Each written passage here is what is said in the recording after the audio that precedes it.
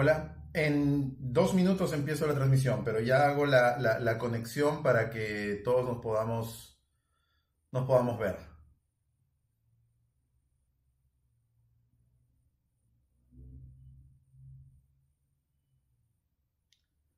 Les agradecería mucho si me pueden responder el tweet de donde están viendo la transmisión para saber si es que se escucha o se ve bien.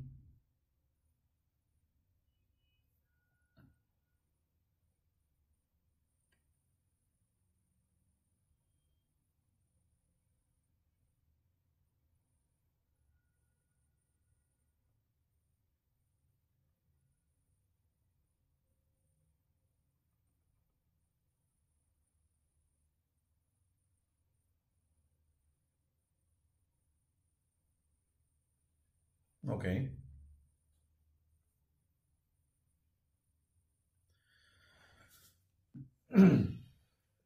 Bueno, para empezar, vamos con un prólogo. Voy a mostrarles unas imágenes y para eso voy a utilizar un software que mi buen amigo y colega Cristian Juárez me ha enseñado, que me ha dicho que existe, que se llama OBS, el cual me permite transmitirles mi pantalla y a la vez mi imagen y mi voz. Entonces, la idea es que quiero transmitirles algunas imágenes que yo tomé a las pocas horas que llegué a Pisco hace 11 años, un día como hoy.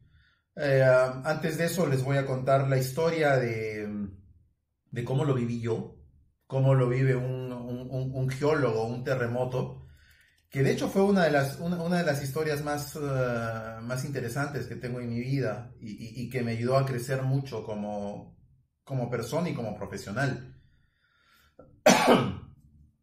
Disculpen la voz, estoy saliendo de una infección en la garganta, bastante dura gracias a un contagio.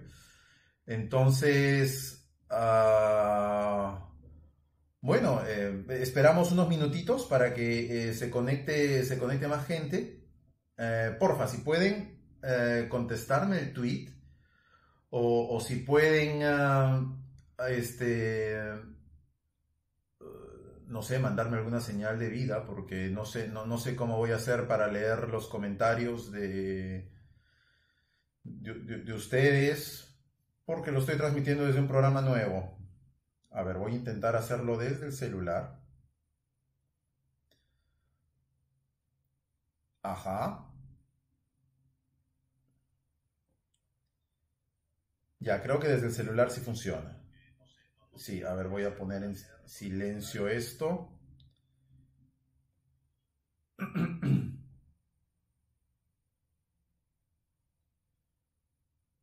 Ok, va, ¿qué rayos hice? Ya. Bueno, eh,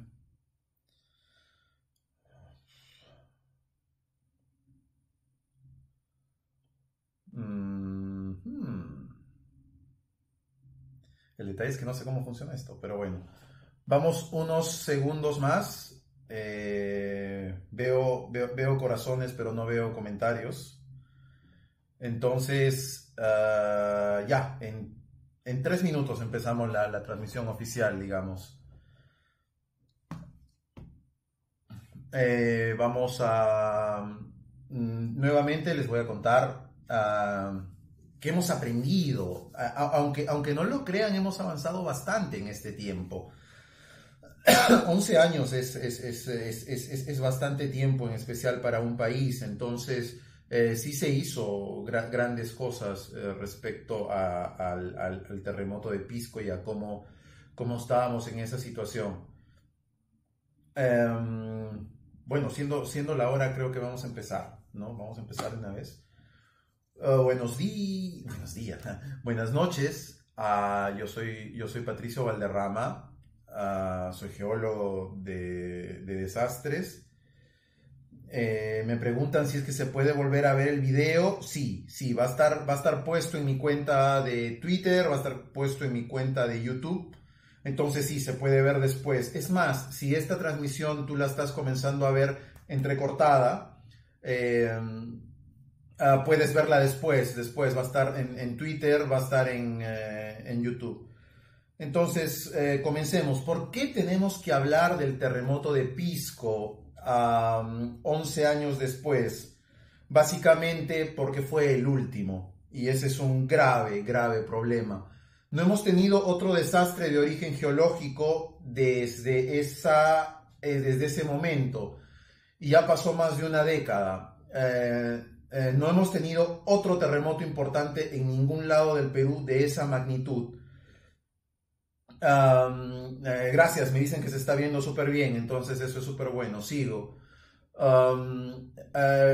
¿Y por qué? Porque hemos avanzado mucho en algunas cosas y en otras lamentablemente no tanto. Vamos con con lo que ocurrió el 15 de agosto del 2007 a las 6:40 de la noche. Ocurrió lo que muchos científicos sabíamos que iba a pasar, era que en el centro sur del Perú, de la costa peruana, había una acumulación de energía, y además había una zona de silencio sísmico, una zona en la cual no había una actividad por casi 150 años. Entonces se liberó la energía y esta fue mediante un terremoto frente a las costas de la provincia de Pisco, de la localidad de Pisco en Ica, y que duró 210 segundos. ¿Ustedes se imaginan cuánto es 210 segundos?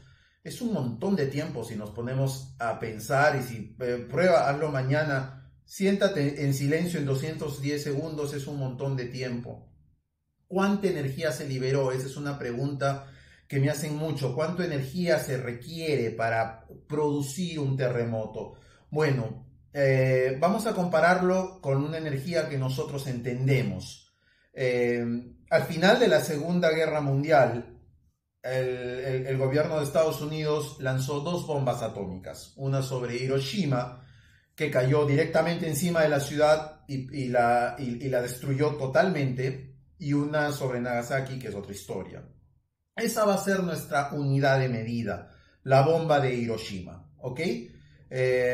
Una bomba de este tipo genera absoluta destrucción. Entonces, ¿cuántas bombas, cuánto fue el equivalente que podemos necesitar para simular un terremoto de magnitud 8.0, que fue la del terremoto de Pisco del 2007?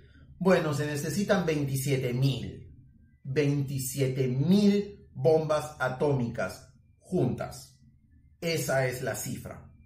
Si una bomba atómica destruyó Hiroshima, 27.000 fue liberando una cantidad de energía X, fue 27.000 veces la energía de esa bomba la que se liberó durante el terremoto de Pisco.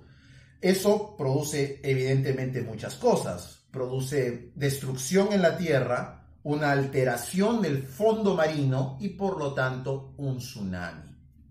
Un tsunami que ocurrió y que lamentablemente cobró 17 vidas, si es que no me equivoco. Bueno, muchas cosas fallaron en ese momento. Una constante que seguramente los más viejos que están viendo este streaming como yo entendemos, es que todos los desastres en el Perú pareciera que fueran el primero. Es más, es bien típico ese discurso de la autoridad de turno que dice: no estábamos preparados para tan magno evento, fallaron muchas cosas, es un desastre, y se ve gente con las casas destruidas, gente pobre sufriendo mucho. Es que en el Perú, y de hecho en nuestros países, todos los desastres siempre es el primer desastre. No es el primer terremoto, no es el primer fenómeno del Niño, no es la primera mega avalancha que tenemos. Sin embargo, se siente como tal, porque no estamos preparados para afrontarlo. Y ese fue el caso de Pisco. Ustedes me preguntarán, ¿cuál fue el terremoto anterior al de Pisco? Y fue muy próximo, de hecho fue el 2001 en Arequipa. tuvimos también un 7 punto algo, no me acuerdo, creo que fue 7.3, 7.5, que afectó a Arequipa y generó un tsunami en Camaná, las costas arequipeñas. Yo me acuerdo que viví en Cusco, yo era un estudiante universitario, que ocurrió un 24 o 23 de junio del 2001, y el movimiento fue larguísimo y se sintió en el Cusco. Entonces no aprendimos la lección, y el 2007 se repitió. Menos de una década después tuvimos otro terremoto. Entonces ahí fallaron muchas cosas.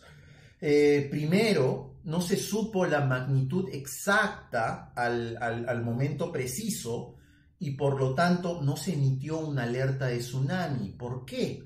Porque en ese momento el Instituto Geofísico del Perú, que es el ente nacional encargado de la vigilancia sísmica del Perú, tenía sus instrumentos bastante precarios, bastante antiguos, los cuales emitían una señal la cual viajaba por una red celular, viajaba por la red telefónica. En ese momento era óptimo, se consideró que era óptimo, pero lo primero que produjo el terremoto de Pisco fue el derrumbe de las antenas de una ciudad principal en la costa como es Ica. Entonces los sensores no tuvieron cómo mandar los datos a la central aquí en Lima para que se procesen, y una vez procesado emitir una alerta de tsunami. Fue por eso que no se emitió una alerta, porque los equipos no estaban preparados para afrontar una emergencia de ese tipo. El primer reporte que se tuvo fue de hecho del Servicio Geológico de los Estados Unidos, que lo dio con una magnitud 8.0, pero le dio con una magnitud, con una ubicación en la selva. ¿Por qué? Porque también había muy pocos sismógrafos globales, o sea, esos sismógrafos continentales en Perú. Entonces la triangulación era difícil y no se pudo determinar. Eso, por ejemplo, permítame detenerme ahí, ya cambió. Ya cambió. Gracias a ese terrible ejemplo que tuvimos el 2007 y a la experiencia chilena y mexicana. Ahora el Instituto Geofísico del Perú está equipado con instrumentos satelitales absolutamente autónomos, que los cuales, así no haya corriente eléctrica, así no haya transmisión de datos por teléfono o por cable, estos emiten una señal a una central totalmente independiente y pueden dar una señal de alerta, principalmente a las autoridades y ellas al pueblo. Esto, por ejemplo, se ha avanzado mucho. La ciencia peruana ha avanzado mucho en ese aspecto, ¿no? Entonces, digamos que ahí ya se comenzó a hacer las partes que se podía solucionar, digamos. De ahí vienen los problemas de que, y rescato mucho un argumento del doctor Hernando Tavera, que es el jefe máximo del IGP, que él dice: los terremotos no matan, ¿no? Lo que mata es las cosas que un terremoto derrumba, y es algo absolutamente cierto. Pongámonos en el ejemplo de que nosotros estamos en un desierto, donde no hay nada sobre nuestras cabezas, y sentimos un terremoto. Nos vamos a asustar, el suelo se va a mover, vamos a escuchar ruido, se va a levantar polvo, pero nada más. El problema no son los edificios en realidad, el problema son los edificios mal construidos. Y en el Perú arrastramos una mochila muy pesada con ese tema. La mayor parte de las construcciones en Pisco, Ica, Lima y la mayoría de ciudades de la costa son de adobe y quincha. Date una vueltita por el centro de Lima, date una vueltita por el centro de cualquier ciudad costera y verás que las casas más antiguas, perdón, son de adobe y quincha. Ese es un material terriblemente malo frente a un terremoto.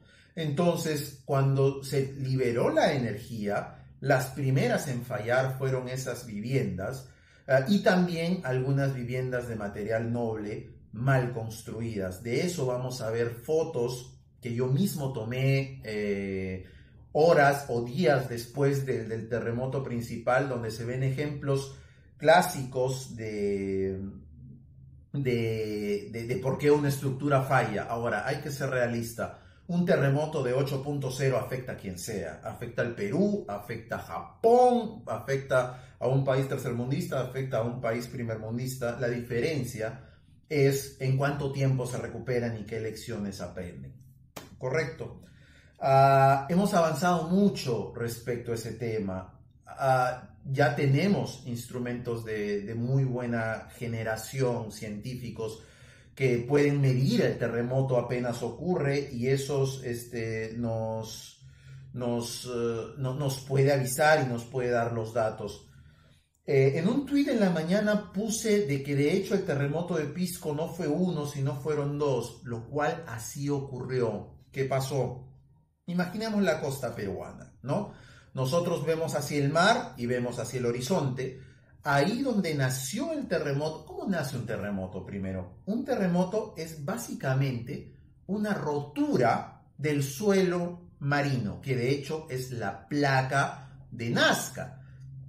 Esa placa que entra por debajo del continente a una tasa de más o menos 3 centímetros por año. Para que tengas una idea, tus uñas crecen a la velocidad que la placa de Nazca entra por debajo de la placa continental. Entonces llega un momento en que no puede entrar porque está trabada, pero sigue empujando en este sentido y se libera toda la energía acumulada. Y se libera mediante una rotura, y de hecho es una rotura mecánica, ¿no? Porque hay un segmento de placa, en el caso del terremoto de Pisco creo que fue 300 kilómetros, que se rompió. Y entonces al momento de romperse, muy lejos de la costa, la energía viajó por lo que quedaba de la placa oceánica y encontró como una pared, encontró como una zona de resistencia y también la rompió.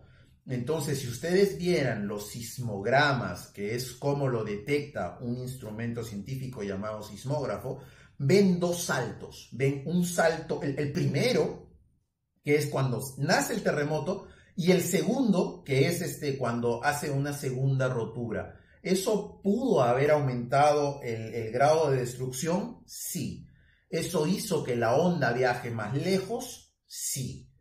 ¿Y cuál fue la diferencia? Fueron más o menos 60 segundos. Fueron 60 segundos, es por eso que, por ejemplo, en la zona del epicentro, la gente no lo notó porque sintió un golpe después de otro, pero en ciudades más alejadas, como Lima, como Huaraz, como Arequipa, sí se notó cierta diferencia entre los dos pulsos. Entonces, esa es una curiosidad, una anécdota, es bastante común, de hecho. Esto de las dos roturas, ¿no? ¿Cuál fue el saldo? El saldo fue más de 53.000 viviendas y edificios afectados, 519 muertos, curiosamente dentro de la estadística, en este caso de desastres, es bastante aceptable. Esto posiblemente a que ocurrió a las 6:40 de la tarde, mucha gente estaba en la calle, estaba moviéndose del trabajo a la casa, de la casa al instituto y otros más. Bueno, hubo mucha gente en la calle. Lamentablemente, ocurrieron 100 víctimas de golpe, que fue en la iglesia de Pisco. Había una iglesia, si no me equivoco, era la Catedral de Pisco, que había una misa adentro y había una familia entera. Eso suma una buena cantidad de gente. Y lo curioso es que el comportamiento humano, el comportamiento desmedido en el momento del terremoto, originó que las personas, apegándose a su fe, estaban en la plaza de armas y se metieron a la iglesia. Estaban en un lugar absolutamente seguro y corrieron a la iglesia, supongo que con el fin de rezar, de encomendarse a alguna divinidad que estaba seguramente en otro lado, no estaba ahí ese día, Y bueno, entró mucha gente, es bien difícil calcularlo, pero se estima que llegaron a entrar como veintitantas, treinta y tantas personas dentro de la iglesia y ahí la iglesia colapsó. Yo cuando llegué todavía sacaban los cuerpos de la gente que entró a la iglesia porque estaban como apilados, arrumados en la parte externa, cerca a la puerta donde colapsó toda la bóveda. Eso, por ejemplo, es una desgracia que lamentar. Si tú sientes un sismo y estás en una plaza, estás en un lugar abierto, quédate ahí. Tu Dios, tu fe, tus temas espirituales te van a acompañar estés donde estés. No es necesario que entres a un lugar. Nuestra cifra pudo haber sido por lo menos 100 personas, 100 peruanos menos en la estadística de no haber ocurrido ese trágico incidente. El tsunami mató casi 30 personas en las playas de la bahía de Paracas, en varias, porque justamente la hora de las 6 de la tarde era cuando se guardan los botes que se preparan al día siguiente para salir muy temprano. Y temas así, temas que ocurrieron, se ha avanzado mucho. Me preguntaron en los comentarios cómo es la norma de resistencia de construcciones, las sismoresistentes, cómo es la norma en el Perú. Y aquí viene algo sorprendente. La norma peruana de construcción es muy buena, es muy exigente. Tenemos en Lima edificios de 20, 30 pisos muy resistentes que seguramente van a soportar el terremoto que les toque vivir sin ningún problema. La norma es buena, el problema es que no se cumple. El problema es que a veces, y aquí es un jalón de orejas, las autoridades locales, y son los alcaldes distritales, son los que tienen que velar incansablemente que los edificios que se están construyendo sean seguros y cumplan las normas. Y para que cumplan las normas tienen que presentar una serie de papelitos antes de comenzar la obra, de comenzar a hacer la infraestructura. Uno de ellos, por supuesto, es un estudio de suelos, ¿no? El problema del temor ante un gran terremoto, yo le tengo más miedo a una pequeña casa de 2 pisos autoconstruida que a un gran edificio de 20 pisos hecho por una inmobiliaria responsable. Y un claro ejemplo es, y les cuento una cosa media privada, yo vivo en un piso 19. Ahorita estoy transmitiéndoles desde un piso 19 y es un edificio total y absolutamente seguro. Y como les digo, imaginen, ¿qué es lo que pasa y cuál es el temor en Lima, por ejemplo?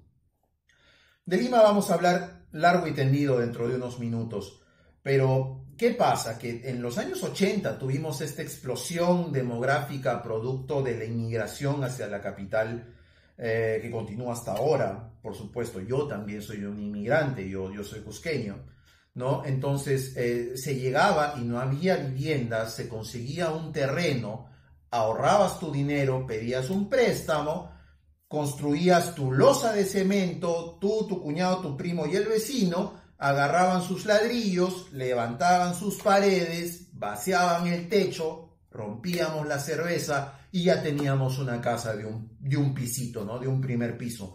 Pasaban los años, mejoraba el trabajo, había más platita, la familia crecía de repente, dejábamos los fierritos ahí saliendo en el techo, entonces los amarrábamos y construíamos un segundo piso porque la tía también había llegado a vivir con nosotros.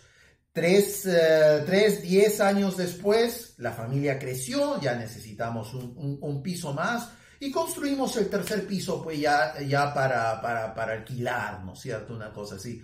Entonces, si se dan cuenta, yo les estoy contando la historia del 90 y tantos % de las casas, de las viviendas multifamiliares en las zonas periféricas de Lima, ¿no? Lo que se hace ahí, no están construyendo una casa de 3 pisos, estás construyendo una casa sobre otra casa sobre otra casa, ¿no? Entonces, al momento de que venga un terremoto, la casa no se va a comportar como una estructura sólida, se va a comportar como 3 casas una encima de otra y van a colapsar. Eso se llama autoconstrucción. Y la autoconstrucción en Pisco nos pasó cara la factura y seguramente en Lima no los va a pasar, ¿no? ¿Qué más? Les prometí mi historia del terremoto de Pisco. Hoy, gracias, todos ustedes me han estado compartiendo sus historias de dónde estabas hace 11 años, un día como hoy. Y bueno, mi historia es bastante interesante. Yo soy geólogo, yo trabajaba para un instituto de investigación del Estado y estaba realizando trabajo de campo en un glaciar en la Cordillera Blanca, específicamente en Carhuaz. Y esa noche estábamos durmiendo muy cerca de un glaciar en un campamento, éramos 5 personas, yo, mi asistente y 3 personas locales que nos ayudaban. Uno era un cocinero, el otro era un vigilante y el otro era un local porque llevábamos muchos equipos. Estábamos acampando al pie de un glaciar muy cerca de la Punta Olímpica. Ya era noche, eran 6:40, lo recuerdo, ¿no? Y recuerdo claramente que ese día había un partido de fútbol. Ese día jugaban 2 equipos locales aquí en Lima, la U y Sporting Cristal, y yo estaba con un pequeño radio a pilas intentando captar la señal porque el partido comenzaba a las 7 de la noche. Estaba echado en la carpa, junto con mi asistente, era una carpa pequeña, ¿no? Y en un momento me senté en la carpa y comencé a sentir como un mareo. Y me acuerdo lo que le dije a mi buen amigo Jesús, le dije, oye, tenemos que dejar de comer grasa porque me estoy mareando. Y recuerdo que volteé y lo vi, él estaba echado a mi derecha en su bolsa de dormir y lo único que vi fue sus ojos súper abiertos, así, pero estaban inyectados del miedo porque la lamparita que teníamos colgada del techo de la carpa comenzó a moverse, o con un vaivén bastante intimidante. Pero lo más fuerte que pasó, lo más interesante, fue que el glaciar cercano se comenzó a fracturar, comenzó a emitir un sonido de rotura muy similar al de una galleta de soda cuando la partes, ese crack, ¿no? Y estábamos realmente cerca, entonces, y comenzó a sonar en todo lado, crack, crack, crack. Y como estábamos en un valle glaciar, es una estructura geológica cerrada, hizo mucho eco. Entonces salimos corriendo de la carpa, yo agarré mi casaca, nos pusimos las botas y subimos hacia una parte de la montaña porque pensamos que el glaciar se estaba cayendo. Todavía no sabíamos que era un terremoto. No me alargo más en esta historia porque tiene muchos más detalles. La cuestión es que afortunadamente yo tenía un teléfono satelital. Me pude comunicar con mi jefe en Lima, yo estaba en Ancash, al norte del Perú. Y tuve la orden de volver inmediatamente. Regresamos a la ciudad caminando hasta cierto punto. Mi chofer, mi gran amigo Burrito, así se llama hasta ahora, mi gran amigo Burrito, nos recogió en el camino y emitimos el regreso a Lima. Al día siguiente estábamos acá y pocas horas después salimos rumbo a Pisco a vivir una experiencia muy, muy fuerte. Todos tienen historias parecidas, todas son igual de emocionantes. Hay gente que estaba en la combi, gente que estaba en colegio, gente que estaba en las casas. Muchos de ustedes eran niños cuando esto ocurrió. Entonces, todos tenemos una historia. Entonces, a continuación voy a mostrarles las fotos de Pisco, las fotos que tomé. Afortunadamente tengo algunas que las he almacenado en Google Drive, ¿no? Entonces, bueno, se las muestro. Para eso tengo que mover una cosa acá. Maravilla, ¿no? Gracias, Cristian, por esto. Yo me pongo aquí y les voy a comenzar a mostrar. Esta, de hecho, fue la primera foto que tomé yendo de Lima hacia el sur y se puede ver que es un poste de luz que está bien parado, pero que se rompió justamente en la parte del cuello. ¿Por qué? Porque justamente esta área es la que soporta la presión de los cables. Estos son los cables de alta tensión, y como otros postes se cayeron, el cable, los tubos no soportaron y se partieron. Inmediatamente nos fuimos hacia el sur y podíamos ver zonas de invasión previa. Estas zonas ya habían sido invadidas antes del Arenal, antes del terremoto, que también habían sido afectadas, ¿no?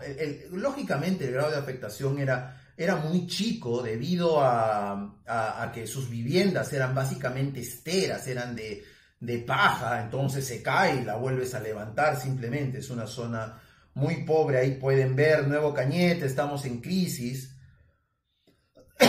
Inmediatamente me dirigí hacia la sierra porque la costa tenía serios problemas humanitarios, y esta fue una de las primeras imágenes que tomé. Muchos de los puentes habían colapsado y ahí pueden ver cómo una familia improvisó un puente, y ahí se puede ver cómo la mamá y los 3 hijos están cruzando, y el hijito menor está prendido como un mono, y están cruzando de hecho en troncos. Ahí pueden ver una imagen un poco más panorámica. Y así se vio, ¿no? Así tenían que cruzar, porque el puente, que estaba un poquito aguas abajo de la toma, había colapsado, y había gente que vivía del otro lado. Entonces improvisaron este tipo de pasamanos, ¿no? Era muy peligroso cruzando el río. Volví a Ica. No, esto es en Cañete, y esta es una iglesia la cual fue destruida. Aquí pueden ver, seguramente puedo hacer zoom, ¿no? Y aquí es clarísimo, o sea, hasta la misma iglesia está construida en quincha y adobe. Aquí se puede ver claramente los adobes en esta zona, ¿no? Y miren, el campanario está hecho de adobe, ¿no? Y lógicamente colapsó, tuvo problemas y serios daños, ¿no? En la puerta de la iglesia me encontré con esta imagen. Era un santo que estaba parado. Ahí le falta la mano, le pusieron la mano a un lado, pero bueno, se vio que no la pasó muy bien, ¿no? Fue una imagen bastante impactante, especialmente si tienes un tipo de fe, compartes este tipo de fe. Fue muy impactante. No, esto es Tambo de Mora, es una de las ciudades que fue más afectada por el terremoto, y aquí nos vamos a detener a examinar esta imagen. Esta es una casa tan completa como la tuya y la mía, y lo que se puede ver es que el piso de la casa reventó, pero reventó hacia arriba. Aquí puedes ver cómo se levantó el piso, y las paredes de hecho se hundieron. ¿Eso por qué? Eso es por un fenómeno que se llama licuación de suelos. Eso pasa cuando tú tienes un suelo arenoso y un nivel de agua subterránea, dentro dentro del suelo, muy alto. Durante el movimiento, los granos de arena comienzan a vibrar en resonancia y el líquido tiende a salir. Entonces, todo el terreno se vuelve en literalmente arenas movedizas. Todos hemos visto qué pasa cuando pisas una arena movediza, pues te hundes. En este caso, las paredes, que son las más pesadas, se hunden, y al hundirse, producen el fracturamiento de la capa, de la losa de cemento, que es el piso, ¿no? Pueden ver que acá hay humedad, porque sí, o sea, en el momento del terremoto, volvemos, en el momento del terremoto, imagínate que estás ahí, comienza un terremoto enorme, se va la luz, comienzas a sentir que el piso de tu casa se levanta y comienza a salir agua lodosa, o sea, fango, y las paredes se comienzan a hundir. Imagínense lo que tuvo que vivir esta pobre familia, que días antes, y aquí está la evidencia, es un cisnecito de plástico, había festejado la fiesta de una de las menores hijas de este señor. Todas las fotos que estoy mostrando es de casas, de viviendas, de personas que no murieron. De estas familias no hubo pérdidas, por lo menos directas, ¿no? Esta es otra imagen de una plaza en Tambo de Mora, y noten la particularidad de que no hay ninguna palmera recta, no hay ninguna palmera que apunta directamente hacia arriba. Todas las palmeras están inclinadas en distintos sentidos, porque el suelo de esa zona se comportó como una gelatina sin cuajar. Fue arena movediza literalmente, no es figurativamente, o sea, fue así se comportó. Otra toma de otra casa, en este caso era un bar, era una cantina, donde se puede ver cómo el piso se abrió, se hundió y se tragó un florero. Aquí pueden ver que entre la pared y la losa de cemento hay una apertura por lo menos de 40 centímetros que se tragó un florero, y toda la humedad cómo debilita la estructura, y bueno, acá se puede ver también cómo la losa reventó, se formó como un volcán de arenas, y si vale la analogía, porque se abrió en medio, se crearon grietas, y por las grietas salía chorros de lodo. Todo esto durante el terremoto, todo esto ocurre durante el sismo, no ocurre después ni antes, es durante el sacudimiento. Aquí, guarda. Esta es una imagen que me tocó mucho, que es lo desordenado que se repartía la ayuda. Fue muy difícil ver estas cosas. Yo estaba en el trabajo de campo, y se puede ver, yo pude ver, yo estaba ahí parado, cómo pasaba una combi a toda velocidad y botaba las cosas por la ventana, y la ventana a medio abrir, porque había saqueos. De hecho, yo durante mi trabajo de campo estaba con un soldado, un jovencito que se llamaba José Carlos, un cabito, un jovencito de 18 años que tenía un fusil que era seguramente más grande que él, que estaba tan asustado como yo, cuya función era protegerme.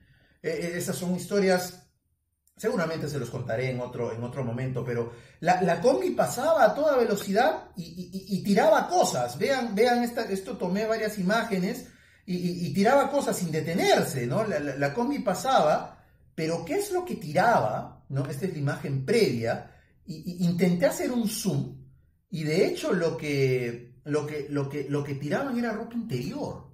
Era prendas íntimas, femeninas, masculinas, que pasaba a toda velocidad y las tiraba. Fue una imagen muy fuerte que se me quedó grabada. Ahí la combi sobreparó y la gente venía. Se puede ver una mujer en brazos, o con un bebito en brazos, ¿no? Y repartían. Lo curioso es que era color amarilla, eso me acuerdo, y acá se puede ver, eran seguramente prendas que quedaron del saldo de Año Nuevo, y fueron a regalarlas seguramente con muy buena voluntad, pero no de la manera correcta. Fue muy duro ver esto. Me sentí un poco impotente en ese momento. Ahí se va la combi, llegaba más gente, ya lo comenzaban a rodear, ya la cosa se ponía medio difícil, y bueno, la combi arrancó. Esta es la Plaza de Armas de Pisco.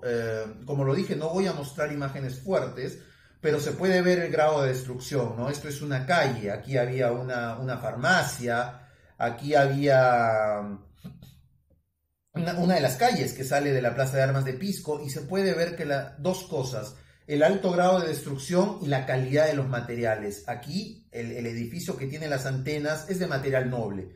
Se distingue claramente las columnas y el ladrillo, y se puede ver que está parado. Aquí falta un pedazo, bueno, pero no se derrumbó, aquí la gente no murió. Sin embargo, la vivienda de al lado, que era de adobe y quincha, colapsó totalmente. Y no se olviden, el adobe pesa, un bloque de adobe te cae y te mata. Esta es esa es una imagen un poco fuerte, lo tengo que admitir, que era la puerta del Banco Continental, y así se administraba el tema de la relación de desaparecidos, ¿no? Y vean esto, esto, por ejemplo, hay nombres tachados: Cristian Guillén Espina, 5 años, fallecido. Armando Caballero, 77 años. Jesús Miguel Briceño, 13 años, fallecido. La gente venía y escribía el nombre del familiar que le faltaba, ¿no? Y si alguien lo encontraba y tenía un DNI o tenía cómo reconocerlo, así se hacía enterar. Por ejemplo, acá hay un Jorge Barcena González, de 40 años, fue encontrado vivo, pero hay muchos fallecidos. Esta imagen que sirva para recordarnos lo frágil que puede ser la vida, ¿no? O sea, así se manejaba. Estaba pegada en la puerta del Banco Continental de la Plaza de Armas de Pisco, ¿no? Los famosos 3 balcones de Pisco, un restaurante que colapsó también totalmente. Ahí se puede ver el daño y el cartel "Yo amo a Pisco y tú". Situación complicada, ¿no? Esta imagen es súper fuerte, porque se puede ver cómo un edificio de material noble simplemente no soportó. Esta es la vereda, este es el nivel del suelo, y se puede ver cómo las columnas del segundo piso fallaron, ¿no? ¿Qué hice? A ver, ¿cómo fallaron? Creo que me fui muy para atrás. Ahí está, ¿no? Si hacemos un zoom, ¿no? Podemos ver claramente cómo la columna del borde se rompió y nada más las columnas centrales aguantaron el resto del edificio. Aquí se puede ver claramente un estudio, un consultorio de un dentista, y cómo las columnas simplemente no dieron para más, y sin embargo el edificio tenía varios pisos más por encima. No soy una persona de fe, pero si tienen que buscar el concepto milagro, aquí lo tienen, ¿no? Esto bordea lo milagroso. Este edificio debió colapsar inmediatamente y no lo hizo, y la gente pudo salir a tiempo, ¿no? Un auto aplastado, felizmente era una cochera que le cayó el edificio de al lado, el auto estaba vacío, no hubo víctimas, ¿no? El edificio de lo que era la comisaría de Pisco, era la comisaría de policía, el puesto policial de Pisco, que la mitad se fue hacia adelante. El edificio se partió en dos y la mitad colapsó hacia adelante. Esta es la imagen más significativa. Todos se acuerdan de esta imagen. Es un edificio de departamentos de 3 pisos por estrenar, al cual le hicieron las columnas muy delgadas. Así de salvaje, ¿no? Aquí se puede ver, esto es el segundo piso. Este soy yo. Para que tengan una idea, yo mido 1,85 m, entonces pueden ver lo grande que era el edificio. Y eran las cocheras. Aquí adentro había carros aplastados, y las columnas se puede ver que son básicamente mondadientes, son súper delgadas, son palitos de tejer que no soportaron la presión del terremoto, el vaivén y un tip de la vida, ¿ya? Si ustedes ven rajaduras que van de esquina a esquina de los edificios, son rajaduras estructurales y el edificio no puede ser habitado. En este caso es más que obvio, ¿verdad? Pero este tipo de rajaduras son las que rompen los edificios y los debilitan gravemente, ¿no? Ahí estoy yo, metido en el edificio, simplemente porque quería hacerlo. Estoy con una brújula intentando medir el grado de inclinación, pero se los juro, no estaba midiendo nada. Lo único que hacía era, quería tocar una estructura a punto de colapsar. Seguramente esta es una de las acciones más tontas que he hecho en mi vida. Pero bueno, ahí la tienen. Es una foto que ahora se cuenta para la anécdota, pero bueno, ahí estoy yo dentro del edificio que está a punto de colapsar. era joven y bastante irresponsable, como pueden ver. En fin, a esta otra toma un poco más clara, esta la edité. Y bueno, este ejemplo era clásico, ¿no? Este fue uno de los ejemplos de un edificio mal construidos. Una más, otra más, en fin. Ahí estoy yo y mi chofer y estamos en la plaza de Pisco a los pocos días nomás y usábamos las máscaras porque ya habían pasado como 4 días del evento y lamentablemente no se terminaban de retirar los cadáveres y ya comenzaba a haber ese olor a putrefacción, ese olor fuerte a carne en mal estado, un olor muy fuerte y bueno, los médicos de ahí de la Fuerza Aérea donde nos quedamos, un abrazo a mis queridos y siempre respetados oficiales del Ejército, Marina, Fuerza Aérea y Policía que no saben cómo lo trabajaron en ese y en todos los eventos que hemos podido tener. Nos recomendaron que usáramos máscaras porque nos podíamos enfermar. Entonces esa es una toma, ¿no? Esta es la cárcel de Tambo de Mora, la cual durante el terremoto todas las paredes colapsaron y todos los presos se escaparon, menos uno, el cual cumplía su condena en una semana. Fue el único que lo encontraron y bueno, voy a seguir pasando más rápido. Una foto también en Tambo de Mora del monumento a nuestro más grande héroe, Miguel Grau Seminario, y se puede ver cómo las losetas del parque saltaron como si fueran galletas, ¿no? Y cómo la arena salía por las juntas, producto de la licuación de suelos, aquí, ¿no? Otra foto de Pisco, esta es la demolición de uno de los tantos edificios cercanos a Pisco Playa, a la zona que ya se tenía que demoler para abrir espacio para que continúen las labores de rescate, ¿no? Este es parte del equipo con el cual yo trabajé ya bastantes semanas después. Todos ellos, ahora en esa foto estábamos jóvenes, pero todos ellos son grandes profesionales. Resalto mi querida colega Jenny Marina, la única con chaleco amarillo, ¿no? Y yo estoy en la parte baja de un deslizamiento y ellos están en la parte alta. Me gustaría tener esta foto de este colega que me está tomando la foto a mí hacia abajo, porque yo daba hacia el mar. Para ellos, mis más sinceros reconocimientos. Mi anterior jefe y maestro, Leonel Fidel, una persona estupenda, ¿no? Ellos también estuvieron, no crean que yo era el único, éramos un equipo de mucha gente. La catedral de Paracas, ¿no? Lo que la naturaleza nos dio, la naturaleza nos quita. Me parece que es un final absolutamente correcto para un monumento natural. Bastante frágil, de hecho. Había varios estudios que ya mostraban la debilidad de la catedral de Paracas, y bueno, así quedó hasta ahora. Creo que ahora es inclusive un poco más chica. Soy yo, miren, una foto mía en la catedral de Paracas. Ya llevaba casi un mes en Pisco sin parar desde el terremoto. ¡Ja! ¡Qué tiempos aquellos tan locos!, ¿no? Y esta foto les quiero mostrar porque mucho se ha hablado este año, a principios de año, de las fallas geológicas. Una falla geológica. ¿Quieren saber qué es una falla geológica? Esto es una falla geológica.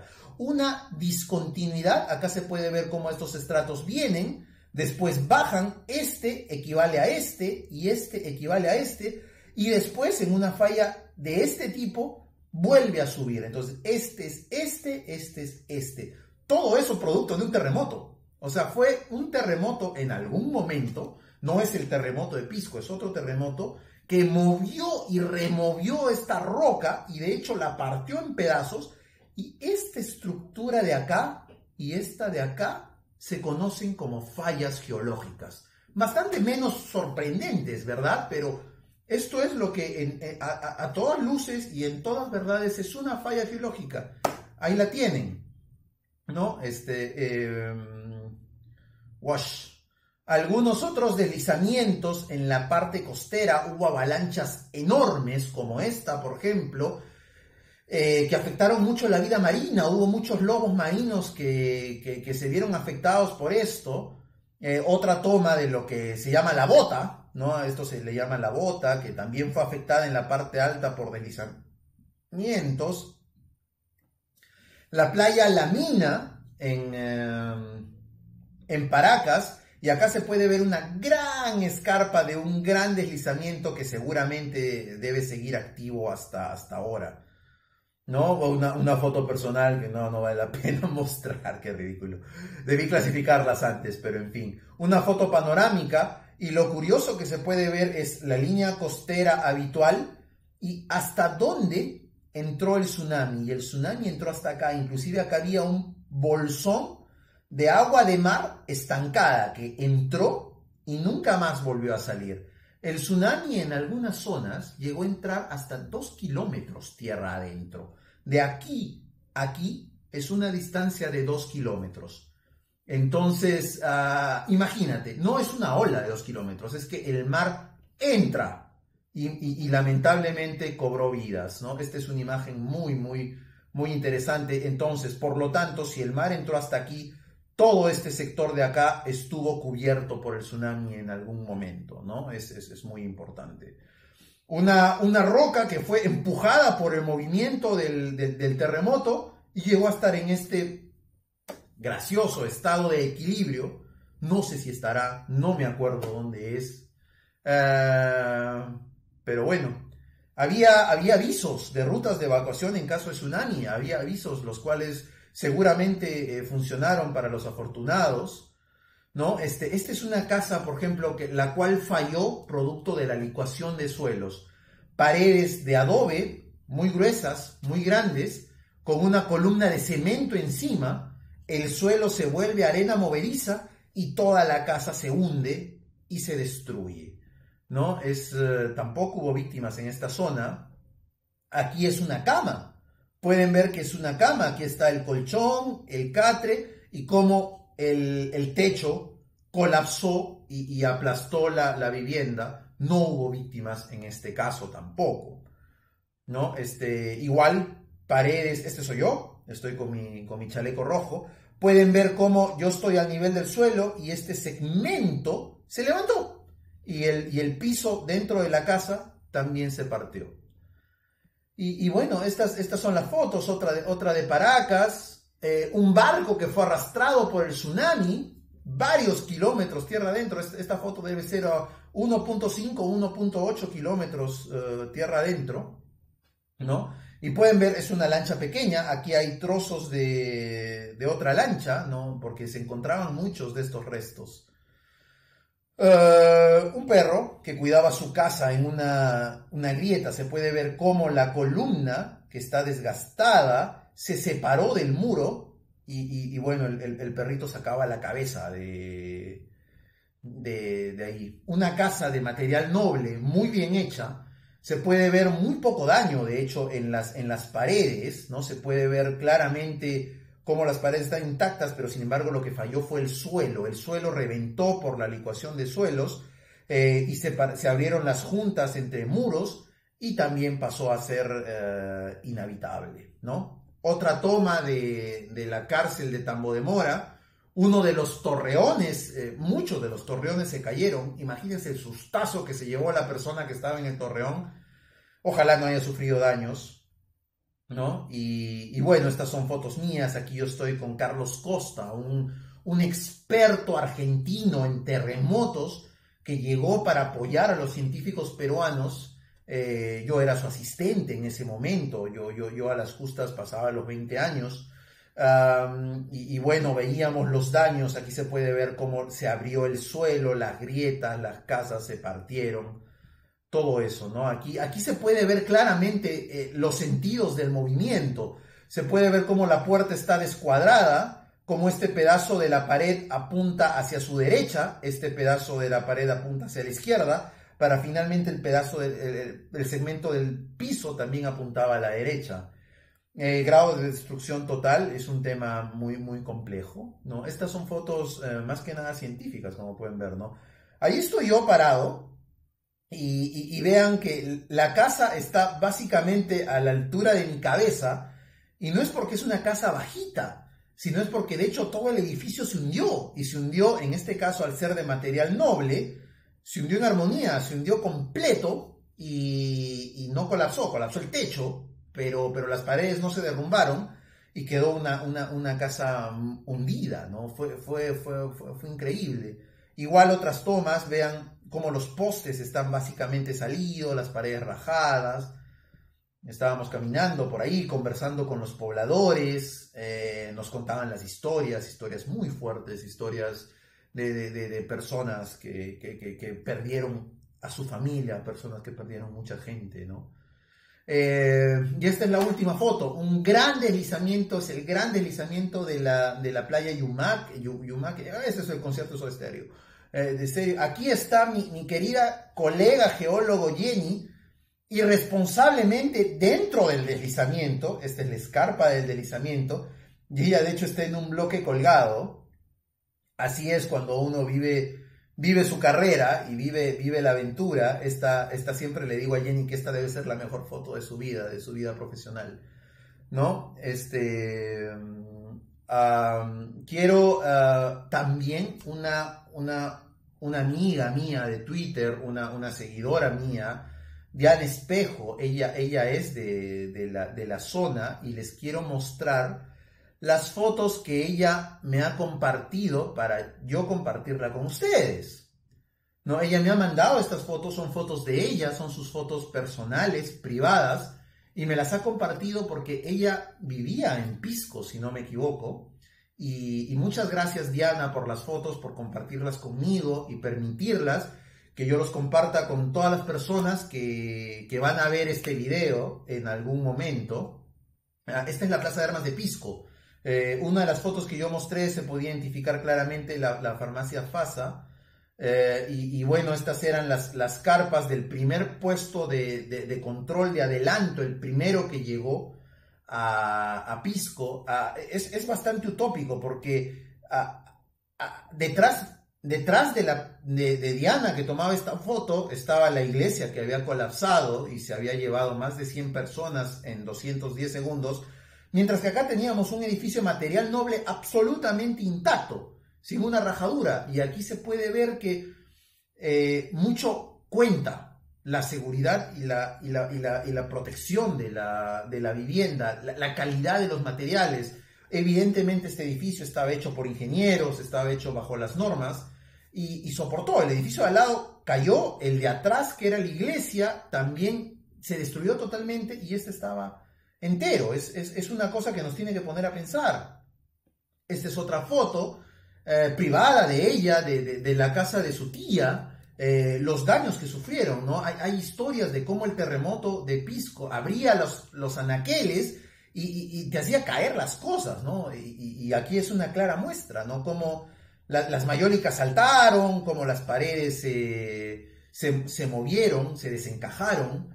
Ella me dijo que no es que la foto esté chueca, lo que está chueco es la pared.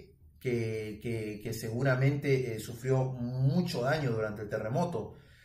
Imágenes del cementerio, no estoy seguro si es el cementerio de Pisco de Cañete, pero es un cementerio y se puede ver, ¿no? Este alto grado de destrucción, principalmente en adobe y quincha. Ese es el factor común, ¿no? Esta era la compañía. En Pisco, la iglesia de la compañía, también completamente destruida. De hecho, nada más quedó la puerta. Por atrás no hay nada. Aquí se puede ver todo quedó destruido, ¿no? Esta es la pista, esta es la Panamericana, si no me equivoco, esta es en la zona de la bajada de Hawái. Hawái, Jamaica, sí, algo así, que parte de la carretera se hundió producto de un deslizamiento. La nueva Panamericana vendría por este lado, la variante, ¿no? Que va mucho más pegado acá. Yo me acuerdo pasar con la camioneta a las justas por aquí, muy asustados.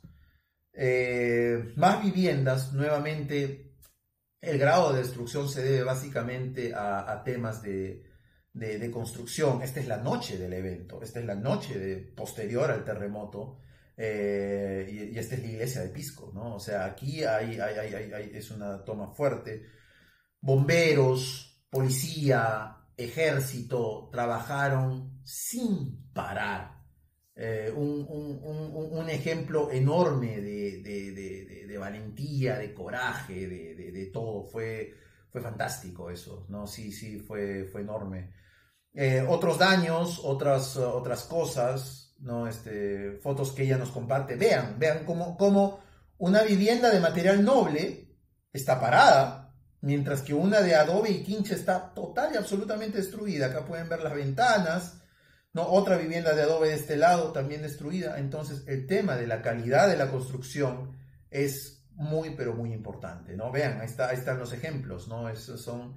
Son casas. La remoción de escombros que empezó muy pronto, ¿no? Los locutorios, en esa época no había muchos celulares en el Perú fue hace 11 años y había locutorios, ¿no? Viviendas que colapsaron, y esta es una de las principales calles de Pisco, sale de la Plaza de Armas hacia la playa, digamos, y se puede ver el grado de destrucción, ¿no? Esto era una pista, esto era por donde pasaba un carro. Y se puede ver las viviendas, ¿no? Esto nos hace replantear muchas cosas, ¿no? De lo poco preparados que estamos ante un evento de este tipo. La antena de celular que colapsó, fue por eso que colapsó la señal, no había cómo avisar.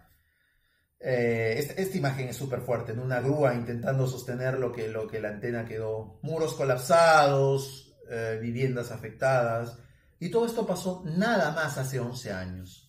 No es mucho si nos ponemos a pensar, ¿no? Esta es la última foto, y bueno, no es mucho si nos ponemos a pensar.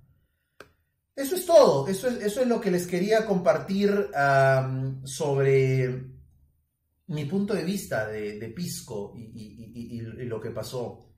¿Cuándo va a pasar el siguiente terremoto en el Perú? No se sabe, no hay forma de saberlo. ¿Dónde va a ser? Sí se sabe dónde va a ser. Y el candidato más grande es Lima. ¿Cuáles son las diferencias de los escenarios entre Lima y Pisco? Primero, este terremoto se produjo por una acumulación de energía de 150 años. En Lima llevamos 367 años de acumulación de energía. Eso quiere decir que si 150 te produce un 7.9, 300 años te produce un 8.5, 8.7, que ¿se acuerdan que el 8.0 de Pisco era equivalente a 27.000 bombas atómicas? Esto se acerca casi al 1.000.000 de bombas atómicas. Es una cantidad de energía enorme. ¿Va a pasar? Sí, categóricamente sí, sin duda. ¿Cuándo? No se sabe. Puede ser en este momento, puede ser mañana, puede ser en una semana, puede ser en un lustro, puede ser en 50 años más. Pero de que ocurre, ocurre. ¿Estamos preparados para soportar este tipo de embate en una ciudad de... ¿Cuántos habitantes tiene Lima? 10 millones de habitantes. La respuesta es una categoría no. ¿El gobierno está preparado para afrontar este tipo de emergencia? Ningún gobierno del mundo está preparado para afrontar una emergencia de este tipo. Vamos a tener crisis humanitaria, vamos a tener escasez de alimentos, vamos a tener escasez de recursos básicos, sí, los vamos a tener. ¿Qué podemos hacer al respecto? Algo tenemos que hacer, prepararnos nosotros mismos.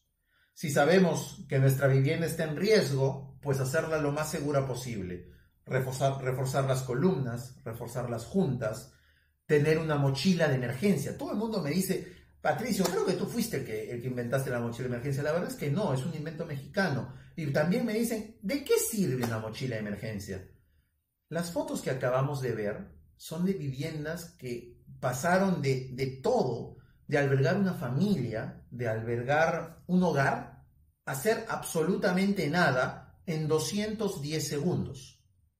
Lo único que te va a quedar en el peor de los casos posibles es tu mochila de emergencia, porque tú vas a salir con tu mochila de emergencia, ¿no? En tu mochila de emergencia tienes que tener agua, tienes que tener guantes, tienes que tener una frazada, porque esa noche fijo duermes en la calle. Tienes que tener una carpa, tienes que tener dinero, porque la ayuda va a demorar en llegar. Si con el dinero puedes comprar un pasaje e irte a otra ciudad donde la cosa no esté tan mala, hazlo. Tienes que tener medicinas. Nadie te asegura que vas a salir ileso. Pues de repente una herida menor, una cortadura, tienes que tener lentes, porque yo, por ejemplo, sin anteojos soy absolutamente inútil, soy ciego. Entonces tienes que tener comida básica. Entonces, si nos ponemos a juntar todas las cosas que yo he enumerado en la mochila de emergencia, tienes una maleta de 60 kilos, ¿no es cierto? No es posible bajarla. Haz varias chicas, una para ti, una para tu esposo, una para tus hijos, más pequeñas. Si tienes mascotas, también es parte de la familia, ¿no? Tiene que estar ahí adentro. Tenemos que prepararnos. Nuevamente, la pregunta no es cómo, sino cuándo. Y el cuándo va a ser muy pronto. Que sirva este pequeño video y esta conversación bastante íntima y bastante larga, la verdad, que estamos teniendo, para ponernos a pensar sobre el tema. Algunos me dicen, eres un exagerado, ¿cómo puedes decir esas cosas? No, la exageración es taparlo, es decir, no pasa nada, así que tranquilos, previnamos, o sea, es prevención, la prevención es el secreto de estos temas, ¿no? Depende de nosotros que cuando nos toque vivir una emergencia, porque seguramente nos va a tocar vivir algún tipo de emergencia, nosotros seamos sobrevivientes o seamos estadísticas. De todo corazón les deseo que sus nombres no aparezcan en la puerta del Banco Continental que vimos al principio en el video. Entonces, preparémonos. Prepárate tú, prepara a tu familia y cuando ocurra, que nos agarre a todos bien preparados, ¿no? Como tiene que ser. El peruano es duro de por sí. El peruano es... hemos visto la primera foto que mostré, la señora cruzando con unos troncos, un río caudaloso, con el hijo en brazos, en hombros. Los peruanos somos duros, los peruanos somos muy valientes, muy resistentes. Y nos va a tocar afrontar una situación difícil y nos tenemos que poner todos la mano al pecho, remangar las mangas y ponernos en acción, ¿no? Eso es lo que hay que hacer. Ese es el secreto y seguramente lo vamos a sobrepasar, a sobrellevar. Tú como persona, tú como familia, tú como vecino, tú como distrito, tú como pueblo, tú como estado. Depende de nosotros. Las autoridades están haciendo todo lo posible. ¿Ya? Lo sé. Porque si me estás siguiendo en mis cuentas, en redes sociales, sabes, yo parte de qué fui el año pasado y pude ver directamente cómo las autoridades, los militares, defensa civil, los científicos, hacen todo lo que esté a sus manos. Ojalá, bueno, al menos quiero pensar eso, ¿no? Entonces nos toca a nosotros, como sociedad civil, ponernos en acción, ¿no? Si este video lo ven en Ica, si es que el video lo ven en Pisco, en Cañete, Chincha, un fuerte abrazo. Ya pasó, lo peor ya pasó. De hecho, ya los sismos que están habiendo en la zona indican que la energía está comenzando a recargarse y ocurrirá un terremoto seguramente de nuevo en 100, 150 años. Ponernos a pensar, ponernos a hablar del tema. A veces pienso que es como hablar del cáncer. O sea, mientras estés más preparado, tengas tu seguro, si algún día toca lo vas a poder afrontar. Es igual, hay que ser directos en el tema. Nunca está de más una charla, una conferencia, aprender sobre el tema. Yo te puedo ayudar en una capacitación si quieres. Escríbeme un DM por Twitter, escríbeme un mensaje, un email. Yo te puedo ayudar. Me gusta mucho hacer estas cosas. Y creo que eso es todo. Gracias. No sé cuánto tiempo vamos. Vamos más de una hora, por Dios. Estoy cansado.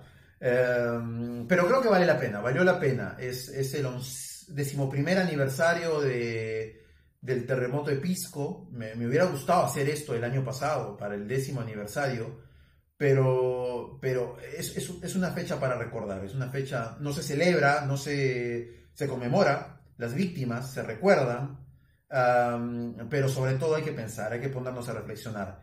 Cada simulacro que hay, que me sorprende que hoy día no haya habido un simulacro. Bueno, cada simulacro que hay, cada ejercicio que hay, hazlo con la mayor responsabilidad posible, porque en el momento del caos, tu cerebro va a funcionar en automático y tú te vas a mover tal y como te moviste en el simulacro. Si identificas bien tu zona de seguridad interna, la S verde, ¿no? Y te paras ahí y después identificas bien las escaleras por donde tienes que salir, vas a hacerlo en automático. Pero si bajas, chacota, chiste, selfie, pérdida de tiempo, qué vaina, en el momento del terremoto no vas a saber qué hacer. Te vas a tropezar, te vas a romper la cabeza, te puedes hacer daño. Esa es la función de los simulacros. Nada más que se te meta en la cabeza por dónde y cómo tienes que evacuar un edificio y cuándo. ¡Wow! Eso es todo. Gracias. Este es de lejos el video más largo que he hecho en mi vida y no sé si lo repita. Gracias por todo. Si tienes preguntas, mándamelas por Twitter. Yo las voy a responder en la medida de mis posibilidades. Ha sido un tremendo honor hablar frente a ustedes. Sé que son varios. Veo la cantidad de televidentes, de gente que está viendo la transmisión en este momento y son más de 40 en todo momento, ¿no? A ver si me da para responder algunas preguntas. Gracias a ti, Diana, por las fotos. Sí, hay que estar preparados para un terremoto siempre. Un abrazo para todos. La verdad no sé dónde ver, nada más veo los mensajes que aparecen en vivo. Me pidieron, casi me olvido, quizá ya estamos todos cansados y valdría la pena que haga otro video, pero sobre las luces que se vieron en el cielo, es un fenómeno muy conocido, se llama triboluminiscencia. En mi canal de YouTube tengo un video que explico cómo funciona la triboluminiscencia. Búscalo, está ahí y sí, ocurrió, se vio en Pisco, se vio en Lima, se vio en Chile, se vio en Haití, se vio en Japón. Necesitas un terremoto muy fuerte y un suelo básicamente rico en sílice, que es el mineral más abundante de la Tierra, ¿no? ¿Qué opino del 119? Gracias, César, por la pregunta. Es algo fantástico. ¿Por qué? ¿Qué es el 119? Todos sabemos que en el Perú tenemos una pobrísima infraestructura de telecomunicaciones. Tenemos la estúpida idea de que las antenas de telecomunicación producen cáncer. Y lo digo así de claro, es estúpida, niveles superiores. Es falso. Una antena emite un tipo de radiación que no ioniza, no produce cáncer. Un televisor emite más radiación ionizante que una antena. Una antena es total y absolutamente segura. Entonces, como hay distritos enteros, hay alcaldes que se oponen a que se instalen antenas, ¡qué estupidez! En fin, hay gente que se opone a que se instalen antenas, entonces nuestra capacidad de telecomunicaciones es muy pobre. No necesitamos un terremoto para que nos quedemos sin señal. En Navidad nos quedamos sin señal. En Año Nuevo nos quedamos sin señal, porque todo el mundo quiere llamar a la vez y no funciona la línea, ¿no es cierto? Imagínate que las pocas antenas que haya se caigan. Entonces, ¿qué es el 119? El 119 es un número que es tu casilla de voz privada. Tú llamas al 119 y dejas un mensaje para una persona. Y esa persona va a llamar al 119 y va a escuchar el mensaje. Es una casilla de voz. Prometo que voy a hacer otro video hablando sobre las antenas, sobre por qué se necesitan más antenas y sobre cómo funciona el número 119 de emergencias, ¿no? Eso es todo. Ha sido promocionado por el MTC en redes sociales y la población no lo conoce. Estás totalmente en lo cierto, ¿no? Esto es increíble. Y bueno, ya. Gracias por sus comentarios, gracias por ver este video larguísimo, totalmente indigerible, disculpen. Pero había mucho que hablar, es una fecha especial, ¿no? El segundo video será más corto. Será en vivo también porque no sé editar video. Esto de poner las fotos y la imagen, eso es de lejos mi mayor esfuerzo de edición de videos. Y en fin. Muchas gracias, nos vemos. Yo soy Patricio Valderrama. Encuéntrame en Twitter como @PatricioBechica. En YouTube como Patricio Valderrama, y bueno, estén seguros, mantengan su mochila de emergencia siempre actualizada y hasta el próximo evento. Chao, gracias.